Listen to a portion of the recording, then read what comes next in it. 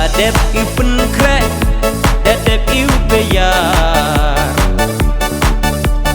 ya u mùa bên na vất cò đỏ na xanh ra sát và to u li bộ li bên ye ha u lom so vệt nền dầu nè inam dầu sa kinh mô ha ca bát nền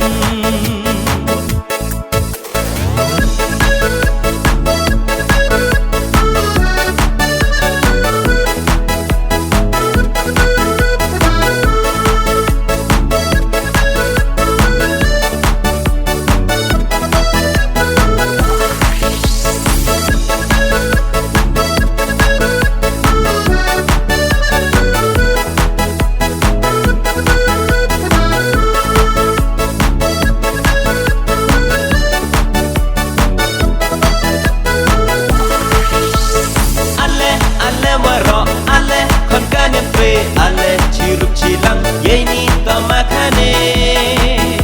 yo yo I kurku kerdo ya kecnong karai baro yo I ucai uknan ubiang uto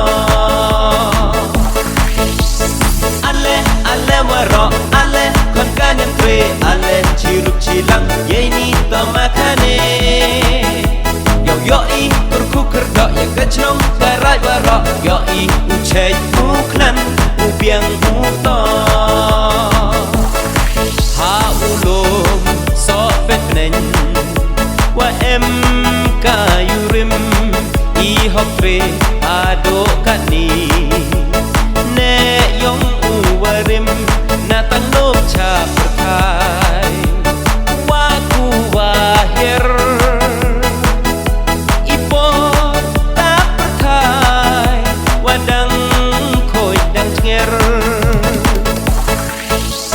đã đẹp yêu phân khẽ đã đẹp yêu về già ya u mùa bên na vất cò đỏ na xanh ra sát và to u li bộ li bên ye